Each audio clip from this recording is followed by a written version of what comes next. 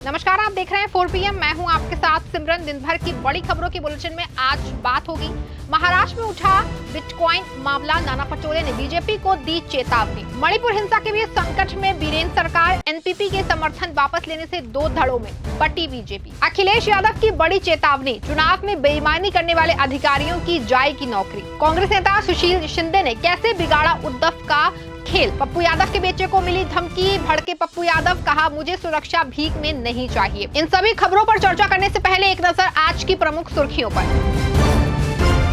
कांग्रेस महाराष्ट्र अध्यक्ष नाना पटोले का बड़ा दावा। कहा महाराष्ट्र में बनेगी कांग्रेस के नेतृत्व में महाविकास आघाड़ी की सरकार। सपा अध्यक्ष अखिलेश यादव की अधिकारियों को चेतावनी। कहा बेईमानी करने वाले अधिकारियों की जाएगी नौकरी। सांसद पप्पू यादव के बाद अब उनके बेटे को मिली धमकी। भड़के पप्पू यादव, कहा हमें सुरक्षा भीख में नहीं चाहिए। बिटकॉइन को लेकर सियासत तेज। संजय राउत ने बीजेपी को घेरा। कहा कैश कांड से ध्यान हटाने के लिए लिया गया ये मुद्दा। बिटकॉइन घोटाले में घिरी सुप्रिया सुले। पूर्व आईपीएस के खिलाफ पहुंची चुनाव आयोग। आरोपों को बताया निराधार। महाराष्ट्र में पुणे के पूर्व आईपीएस अधिकारी रविंद्रनाथ पाटिल ने शरद पवार गुट की नेता और लोकसभा सांसद सुप्रिया सुले और महाराष्ट्र कांग्रेस अध्यक्ष नाना पटोले के खिलाफ बड़ा आरोप लगाया। महाराष्ट्र में पुणे के पूर्व आईपीएस अधिकारी रविंद्रनाथ पाटिल ने शरद पवार गुट की नेता और लोकसभा सांसद सुप्रिया सुले और महाराष्ट्र कांग्रेस अध्यक्ष नाना पटोले के खिलाफ बड़ा आरोप लगाया है। उनका कहना है कि दोनों नेताओं ने क्रिप्टो करेंसी धोखाधड़ी में बिटकॉइन की हेराफेरी की। बिटकॉइन के बदले में मिले कैश को दोनों विधानसभा चुनाव में इस्तेमाल किया गया। अब इन आरोपों पर सांसद सुप्रिया सुले ने चुनाव आयोग को पत्र लिखकर शिकायत दर्ज कराई है। उन्होंने गौरव मेहता और पुणे के पूर्व आईपीएस अधिकारी रविंद्रनाथ पाटिल के खिलाफ चुनाव आयोग में साइबर धोखाधड़ी की शिकायत दर्ज कराई है। सुले के वकील ने पत्र में कहा है कि गौरव मेहता और रविंद्रनाथ पाटिल के खिलाफ फौरन साइबर धोखाधड़ी की शिकायत दर्ज की जाए। और उन्होंने कहा कि दोनों ही एनसीपी नेता सुप्रिया सुले के खिलाफ झूठी जानकारी फैला रहे हैं। कांग्रेस के कद्दावर नेता सुशील कुमार शिंदे ने उद्धव के उम्मीदवार के साथ खेला कर दिया और सुशील शिंदे ने कहा कि सोलापुर दक्षिण सीट पर हम निर्दलीय उम्मीदवार धर्मराज कराची का समर्थन कर रहे हैं। महाराष्ट्र में कांग्रेस के कद्दावर नेता सुशील कुमार शिंदे ने उद्धव के उम्मीदवार के साथ खेल कर दिया। अपनी सांसद बेटी के साथ मतदान करने के बाद सुशील शिंदे ने कहा, सोलापुर दक्षिण सीट पर हम निर्दलीय उम्मीदवार धर्मराज कराड़ी का समर्थन करते हैं। शिवसेना यूबीडी की तरफ से यहां अमर रजनीकांत पाटिल चुनाव लड़ रहे हैं। उद्धव के साथ बीच मतदान में हुए इस खेल की सियासी गलियारों में चर्चा हो रही है। बेटी परिणति शिंदे के साथ मतदान करने के बाद सुशील शिंदे ने कहा कि यह सीट कांग्रेस का गढ़ रही है। शिवसेना यूबीडी ने जिद कर इसे ले लिया। हम पूर्व विधायक दिलीप माने को यहां से उम्मीदवार बनाना चाह रहे थे, लेकिन पार्टी ने उन्हें सिंबल नहीं दिया। क्रिप्टो करेंसी घोटाले मामले को लेकर शरद पवार ने प्रतिक्रिया देते हुए कहा कि जिस व्यक्ति ने आरोप लगाए हैं वो कई महीनों तक जेल में रहा। महाराष्ट्र चुनाव से ठीक एक दिन पहले पुणे के पूर्व आईपीएस अधिकारी रविंद्रनाथ पाटिल ने महाविकास आघाड़ी के 2 बड़े नेता सुप्रिया सुले और नाना पटोले पर क्रिप्टो करेंसी घोटाले में शामिल होने का आरोप लगाया। वहीं अब इस पर एनसीपी शरद चंद्र पवार के प्रमुख शरद पवार की प्रतिक्रिया सामने आई है। पवार ने इस मामले को लेकर बीजेपी पर हमला बोला। आपको बता दें कि शरद पवार ने कहा कि जिस व्यक्ति ने आरोप लगाए हैं वो कई महीनों तक जेल में रहा। उस व्यक्ति को साथ लेकर झूठे आरोप लगाना ये सिर्फ बीजेपी ही कर सकती है। बिहार के मुख्यमंत्री नीतीश कुमार की सरकारी गाड़ी का पॉल्यूशन सर्टिफिकेट फेल हो गया है। मुख्यमंत्री इस गाड़ी का उपयोग कर रहे हैं। उससे पहले भी इस गाड़ी का सीट बेल्ट ना लगाने के लिए चालान काटा गया था, लेकिन जुर्माना जमा नहीं किया गया। बिहार के मुख्यमंत्री नीतीश कुमार एक बार फिर सुर्खियों में है। इस बार वो राजनीति को लेकर नहीं बल्कि गाड़ी के पॉल्यूशन को लेकर सुर्खियों में है। दरअसल उनकी गाड़ी का पॉल्यूशन सर्टिफिकेट नहीं है। इस गाड़ी का पॉल्यूशन सर्टिफिकेट 2 अगस्त 2024 को समाप्त हो गया। बावजूद अभी तक सर्टिफिकेट नहीं बनवाया गया। ऐसे में सवाल उठता है कि क्या मुख्यमंत्री जिस सरकारी गाड़ी में चलते हैं उसका चालान कटेगा। पॉल्यूशन सर्टिफिकेट नहीं होने के बावजूद भी उनकी गाड़ी सड़कों पर दौड़ रही है। पूरे मामले का खुलासा तब हुआ जब मुख्यमंत्री रोहतास जिले में किसी के यहाँ पुण्यतिथि पर गए थे।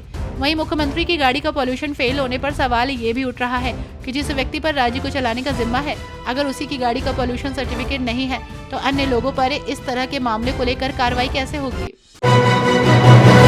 पूर्णिया के निर्दलीय सांसद पप्पू यादव को लगातार जान से मारने की धमकियां मिल रही हैं। पहली बार जब उन्हें लॉरेंस बिश्नोई गैंग के नाम से धमकी मिली थी तो हड़कंप मच गया था। पप्पू यादव को पिछले कुछ दिनों से लगातार जान से मारने की धमकियां मिल रही हैं। अब उनके साथ उनके बेटे को भी मारने की धमकी दी गई है। उसके बाद वो भावुक हो गए। वहीं अब पप्पू यादव को कोई भी ऐरा गैरा नत्थु खैरा फोन कर व्हाट्सएप मैसेज कर धमकी दे रहा है। इसलिए पप्पू यादव भी इन बातों को समझने लगे हैं और धमकी देने वालों को हड़काने लगे हैं। जिस तरह से लगातार धमकी मिल रही है, हर ओर इसकी चर्चा हो रही है। इसको लेकर पप्पू यादव का रिएक्शन भी सामने आया है। उन्होंने कहा कि सोशल मीडिया पर इस तरह की प्रतिक्रिया से बचना चाहिए। अगर वो इसका जवाब देने लगेंगे तो जातीय उन्माद फैलेगा। उन्होंने कहा कि अब मुझे मानसिक रूप से परेशान किया जा रहा है, इसलिए जो भी धमकी देने वाले हैं वो एक मैदान और तारीख फाइनल करें और आकर बात करें। नरेश मीणा थप्पड़कांड मामले को लेकर कांग्रेस नेता सचिन पायलट ने सरकार को घेरते हुए कहा कि उन्हें हिंसा का सहारा नहीं लेना चाहिए। राजस्थान के देवली उनियारा विधानसभा क्षेत्र में उपचुनाव के दौरान निर्दलीय प्रत्याशी नरेश मीणा ने एसडीएम अमित चौधरी को थप्पड़ मार दिया था, जिसे लेकर सियासी पारा चढ़ा हुआ है। अब इस मामले पर टोंक से कांग्रेस विधायक सचिन पायलट का बड़ा बयान सामने आया है। उन्होंने कहा कि कोई भी व्यक्ति हो, विशेषकर जो लोग राजनीति में हैं, उन्हें हिंसा का सहारा नहीं लेना चाहिए। कोई भी कारण हो, जो हिंसा करते हैं उसे कौन सही ठहराएगा? मैं तो बिल्कुल उसे सही नहीं मानता, चाहे वो किसी दल का हो। अगर आप हिंसा का सहारा लेकर काम करना चाहते हैं तो उसका समर्थन नहीं करूंगा। कोई भी व्यक्ति हो हिंसा का सहारा लेता है तो मैं उसका खंडन करता हूँ। इस समाज में उसे टॉलरेट नहीं किया जा सकता। ये बात सरकार पर भी लागू होती है। मणिपुर हिंसा की आग में अब एन बीरेन सिंह की अगुवाई वाली बीजेपी सरकार झुलसती नजर आ रही है। बीजेपी सरकार पर सियासी संकट कम होता नहीं दिखाई दे रहा है। मुख्यमंत्री एन बीरेन सिंह की कुर्सी खतरे में नजर आ रही है। एक अहम बैठक में बीजेपी के कई विधायक शामिल नहीं हुए। मणिपुर हिंसा की आग में अब एन बीरेन सिंह की अगुवाई वाली बीजेपी सरकार झुलसती नजर आ रही है।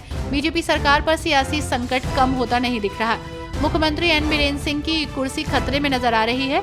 राज्य की स्थिति का आकलन करने के लिए सीएम बीरेन सिंह की अध्यक्षता में सोमवार को बुलाई गई अहम बैठक में 37 में से 19 बीजेपी विधायक नहीं शामिल हुए। मेदेई समाज में आने वाले एक कैबिनेट मंत्री ने बैठक में शिरकत नहीं की। ऐसे में सवाल उठने लगा है कि क्या मणिपुर में बीजेपी दो धड़ों में बंट गई है। मणिपुर में कुकी और मेतेई समुदाय के बीच जातीय संघर्ष के चलते ही सीएम बीरेन सिंह पहले से बैकफुट पर है। राज्य की स्थिति का आकलन करने के लिए मुख्यमंत्री कार्यालय की ओर से बीजेपी और एनडीए में उसके सहयोगी दलों के सभी मंत्रियों और विधायकों को बैठक का निमंत्रण भेजा गया था। बावजूद इसके बीजेपी के 19 विधायक बैठक में शामिल नहीं हुए, जिसमें कुकी और मेतेई दोनों ही समुदाय के विधायक शामिल हैं। इसके बाद सीएम बीरेन सिंह की सियासी टेंशन बढ़ गई है, क्योंकि एनपीपी ने पहले ही बीरेन सरकार से समर्थन खींच लिया है।